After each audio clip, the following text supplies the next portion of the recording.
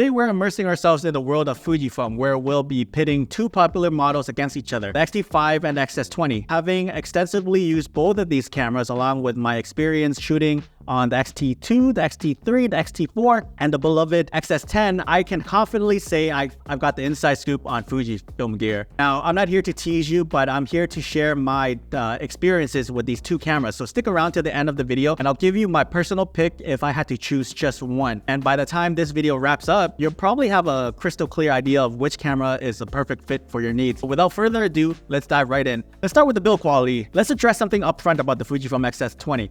It's not weather sealed. I know it's a bit disappointing considering the camera is packed with impressive specs. With the price increase, you would expect a weather sealing to be involved, but it's missing and that's a letdown. However, if it's built like the XS10, you can get away with some light snow. I've tested the XS10 during a nighttime snowstorm shoot, which you can watch right here somewhere. Afterwards, the camera was just perfectly fine. Just use your common sense, as I'm sure you guys would do, and you'll be fine. Another downside of the Fujifilm XS20 is that it only has one SD card slot. Given its impressive specs like the 6.2K open gate and the 10-bit 4K 60 recording, a dual memory card slot would have been a nice addition. Aside from these two drawbacks, I find the XS20's build quality quite appealing. It's small, it's compact, comfortable hand grip, and ergonomics are excellent. Personally, I prefer this grip over the XT5's grip. On the other hand, the Fujifilm XT5 has dual card slots, making it a great choice for professionals who need redundancy. It's weather sealed and has a better EVF compared to the XS20, and it features a 3-way tilt screen. The XS20, on the other hand, has that flip out screen, perfect for vlogging or talking head videos.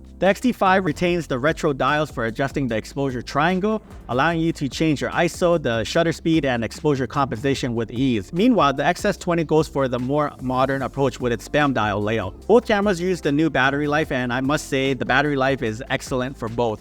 You can get through a full day of shooting photos and still have some juice left over. If you mix in video recording, your mileage may vary. Now, after spending some time with the XT5 and XS20, I do wish the XT5 has a slightly more extended grip. That would have been a nice addition. I'm quite fond of the grip on the XS20 and I wish more cameras had this kind of deep grip.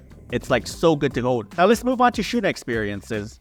Personally, I enjoy shooting with both the XS20 and the XT5. Here's why. The XS20 has seen improvements from the XS10, particularly in its buffer performances. And unlike the XS10, there are no freezing or lagging issues that require you to remove and insert the battery.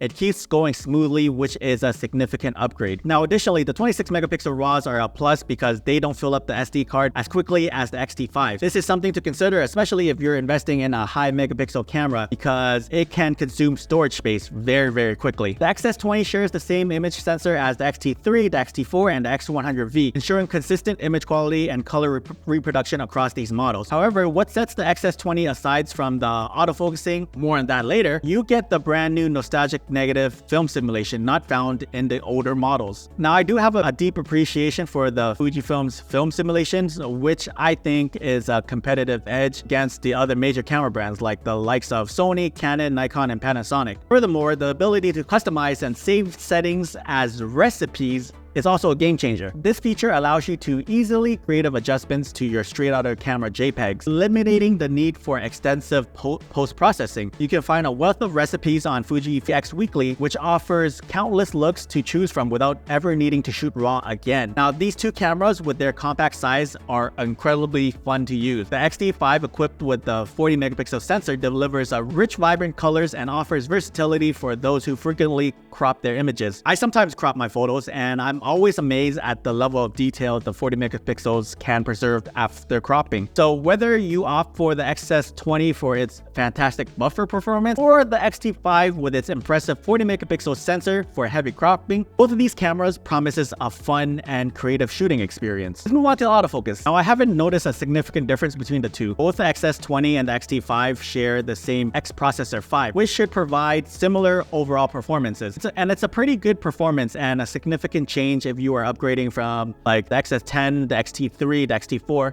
and etc. This similarity extends to video performances as well. Face tracking, eye tracking, all that, it just feels the same to me on both of these cameras. When it comes to autofocusing, you're going to get the same performance out of these two cameras. Now let's dive into the video specs. The Fujifilm XS20 can shoot in an impressive 6.2K open gate and 4K at 60 frames per second with a slight crop. On the other hand, the XT5 can also record in 6.2K but it's at a 16:9 aspect ratio, not the open gate. Again, it's not clear why Fujifilm didn't unlock open gate for the X-T5, but if the XS20 has it, it might be a deciding factor for some. Both of these cameras can shoot 4K 60 with a slight crop. Despite that crop, the footage from both cameras is really good.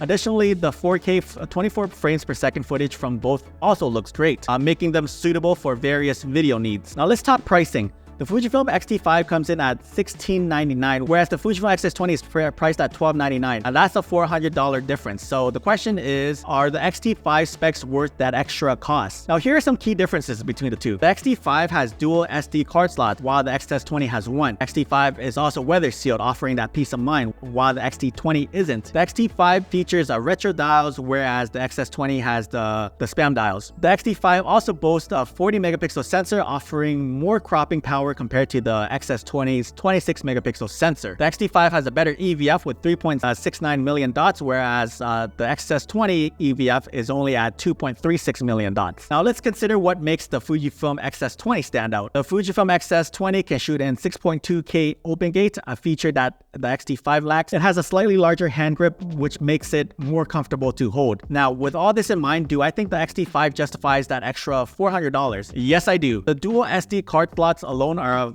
valuable backup feature, and I appreciate the weather sealing and the improved EVF. The 40 megapixel sensor is a brand new sensor, whereas the XS20, the sensor, even though it's still a great sensor, it's a 5-year-old sensor, and in a few years of time, that sensor is going to become dated. But who are these cameras for? Whether you're a photographer or a videographer, both cameras offer great performances. However, the XS20 leans more towards the video creation due to its rich video features, while the X-T5 is more photography-oriented camera with its 40 megapixel sensor. Now, if you're wondering which one I would choose personally if I were to start all over again, and that would be the Fujifilm XS20. Why? I just love the hand grip, man. And the size, it suits me better. I do have a soft spot for the XS10. You guys have seen how much I gush about the XS10 over the years with the amount of videos that I make talking so nice about it. And the XS20 addresses most of the issues that I had with the XS10, making it a small yet powerful camera with the issues being fixed. Basically, it is the perfect camera for me. But for now, I'm sticking with the X-T5. Maybe in the future, during Fujifilm sale, I might consider picking up the XS20. Who knows? I recommend conducting further research on these cameras to ensure they are the right fit for your specific needs. My experiences with these cameras may not align with everyone's preferences and use cases, and I encourage you to watch multiple videos from various creators with different perspectives to gain a more comprehensive understanding. Now, I would love to hear your thoughts. Would you choose the X-T5 or the XS20? Let me know in the comment section below. And if you're interested in any of the cameras mentioned in this video, you can find the links in the description. If you found this video valuable, consider subscribing for more Fuji content. Thank you so much.